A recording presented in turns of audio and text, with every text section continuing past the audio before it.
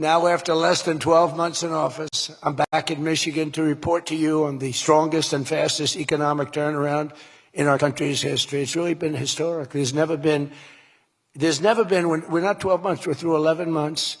We've got $18 trillion being invested in our country. The most of any country ever was 3. We're at 18. There's never been anything like this. You are so lucky I allow you into this room to even be with me. I'm kidding. I'm kidding. The fake news will say Donald Trump thinks he's hot stuff. Right now I'm feeling pretty good, though, I will say. Oh, you're so lucky to be here. Under our administration, growth is exploding, productivity is soaring, investment is booming, incomes are rising, inflation is defeated, America is respected again like never before, and other than that, we're not doing that well. Now, think of all those things I just said. Every single inflation down, growth at an all-time high, stock market every day, 48 days in a row, 48 days during the course of 11 months, we hit a new high on the stock market, all of them. 1 year ago, we were a dead country. Now we are the hottest country anywhere in the world. That was said to me by many leaders. By almost every metric, we have quickly gone from the worst numbers on record to the best and strongest numbers, the most dynamic numbers, and an economy that is far ahead of even my optimistic. I had a very optimistic schedule, I thought. I didn't think it was, but people said it's very optimistic. Turns out to be very pessimistic by compared to what we've done. But we'll go down as the greatest in history, greatest first year in history nobody's ever had, just based on the numbers. Based only on the numbers, not based on me, based only on the numbers. Because, you get these guys like the governor of California likes to say how well he's doing. California's doing horrendously, but he says how well. We base it on numbers. There's never been numbers like this. Welcome back to 45th Perspective, the channel where we take you beyond the headlines and help you understand the politics that shape everyday American life. Today, we're breaking down a recent Senate hearing that has been getting a lot of attention online. The one where Federal Communications Commission Chair Brendan Carr testified before the Senate Commerce, Science, and Transportation Committee. During that hearing, senators from both parties raised tough questions about the independence of the FCC and how it regulates broadcast media, internet platforms, and other key communications infrastructure in the U.S. If you find this kind of deep dive helpful, take a moment right now to like this video and subscribe to 45th Perspective for more thoughtful analysis. And if you want to support the channel beyond YouTube, consider joining us on Patreon at patreon.com/45th Perspective. You can get access to extended content and members-only discussions for as low as $5 a month. All right, let's unpack what happened. This hearing came at a moment of intense national debate about technology, media regulation, free speech, and federal authority. The FCC is the agency tasked with regulating interstate and international communications by radio, television, wire, satellite, and cable. So its decisions have direct impact on how we get news, how platforms moderate content, how wireless and broadband networks function, and how companies comply with consumer protection standards. What made this particular hearing stand out is that senators expressed concern that the FCC under Carr might not be acting as an independent regulator, but rather following political or partisan signals from the White House or congressional leaders. That's a serious charge because the FCC's credibility rests on its independence and technical expertise, not on political loyalty. When Carr stepped up to the witness table, he began with a prepared statement that reiterated his belief in free markets and limited regulatory overreach, the traditional Republican approach to communications policy. He emphasized the importance of protecting consumer access to broadband, promoting competition among internet service providers, and ensuring that new technologies like 5G wireless and next-generation broadcast systems can develop without unnecessary government intervention. But as the questioning unfolded, it became clear that many senators were not satisfied with general talking points. They wanted specifics, concrete examples of how the FCC is responding to issues like online speech moderation, disinformation, platform transparency, and how it is ensuring that universal service obligations are actually being met for rural and low-income communities. One of the most pointed lines of inquiry came from Democratic senators who argued that the FCC had backtracked on certain consumer protections that were put in place during previous administrations. For years, rules like net neutrality, which prevents internet service providers from throttling or blocking legal content, were upheld as fundamental principles of open internet access. But under Carr's leadership, the FCC rolled back those regulations, arguing that they stifle investment and innovation. Critics say that rollback has allowed broadband providers too much discretion over how they manage traffic, potentially harming consumers, especially smaller online businesses that rely on equal access. Supporters of the rollback, including Carr, countered that investment has increased and broadband deployment has accelerated, especially in underserved regions. On the other side of the aisle, Republican senators pressed Carr on the FCC's enforcement actions against what they see as bias or harmful content on major social media platforms. Some Republicans have accused companies like X, formerly Twitter, or Meta of deplatforming conservative voices or unfairly suppressing certain viewpoints. They asked Carr whether the FCC is doing enough to protect content creators and consumers from discrimination in the digital marketplace.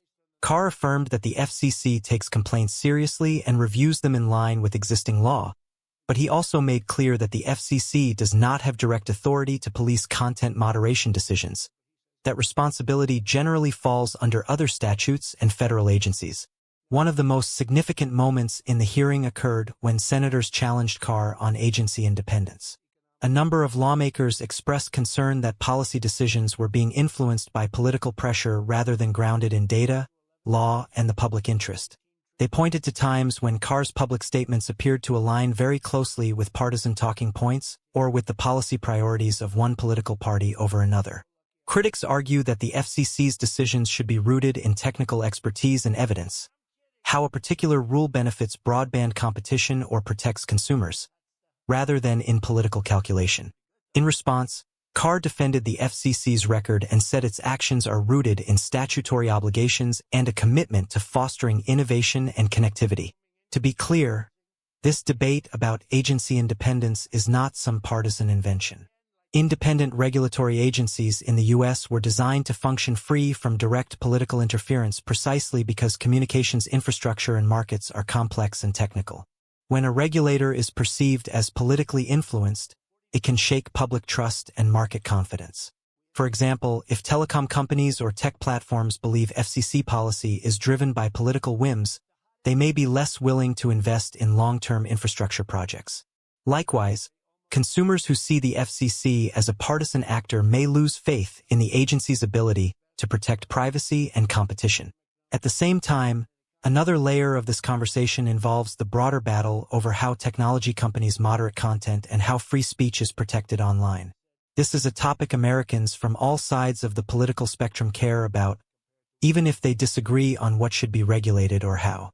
Some argue that big tech platforms have too much power to shape public discourse and that government regulators need to step in more assertively. Others worry that government involvement risks stifling free expression and innovation. In this hearing, you could see these ideological fault lines being laid bare. Senators pressed Carr on questions like, does the FCC have the authority to require platforms to be more transparent about their algorithmic moderation? Should digital platforms be treated like public utilities? What role should the federal government play in combating disinformation without violating the First Amendment? These are incredibly complex questions, and honestly, the law hasn't fully caught up to the rapid pace of technological change we've seen in the last decade. A balanced assessment of Carr's performance suggests that he was trying to walk a tightrope. On one hand, defending the FCC's record and autonomy. On the other, trying not to overpromise on what the agency can actually do, especially in areas like content moderation that involve overlapping jurisdictions. Some policy experts watching the hearing noted that Carr's answers were cautious, perhaps too cautious, especially when he was asked to take stronger stances on consumer protections. The concern for many quarters is that without strong rules and enforcement, consumers will continue to face issues like surprise billing, data privacy problems, and unequal access to high-speed internet. But it's also fair to acknowledge that regulation can sometimes stifle innovation if it's overly prescriptive. There are legitimate arguments, voiced by Carr and sympathetic lawmakers, that letting markets operate with less heavy-handed regulation can lead to broader deployment of new technologies and more competition. We've seen real gains in 5G rollout and broadband access in recent years, and proponents of a lighter regulatory touch argue that these gains are a direct result of that approach. So where does that leave ordinary Americans? Why should you care about a Senate hearing on the FCC? First, because communication networks, both physical and digital, are now central to how we live, work, learn, vote, and connect with others. Policy decisions made by the FCC and influenced by congressional oversight can affect your internet speeds, how websites and apps treat your data, and even how information flows during elections. When senators question an agency head, they're not just engaging in political theater, they're shaping the norms and rules that underpin these technologies. Second, the questions raised about agency independence matter because trust in institutions is foundational to a functioning democracy. When regulatory agencies are seen as impartial and evidence-based, their actions tend to enjoy broader public legitimacy.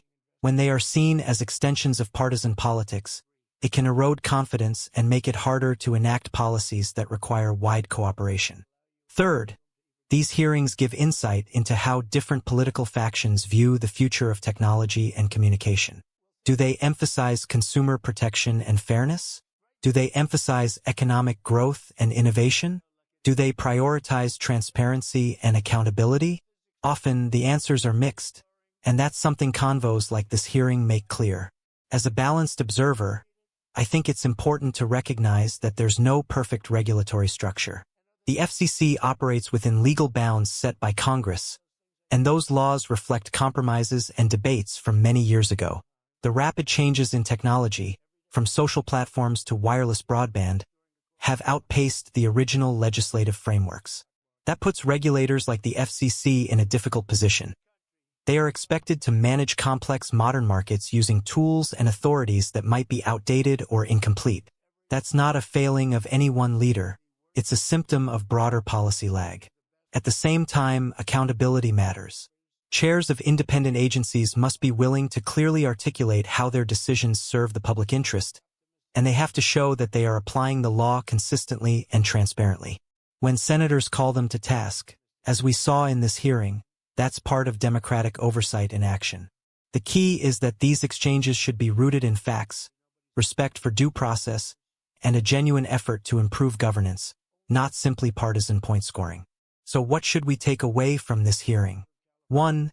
There are real concerns among lawmakers about how the FCC is fulfilling its mandate, especially around consumer protections and fairness. 2. There are also legitimate arguments about the risks of overregulation interfering with innovation and investment. 3. The conversation about agency independence isn't just academic. It has real implications for how the public perceives federal regulators and the legitimacy of their actions.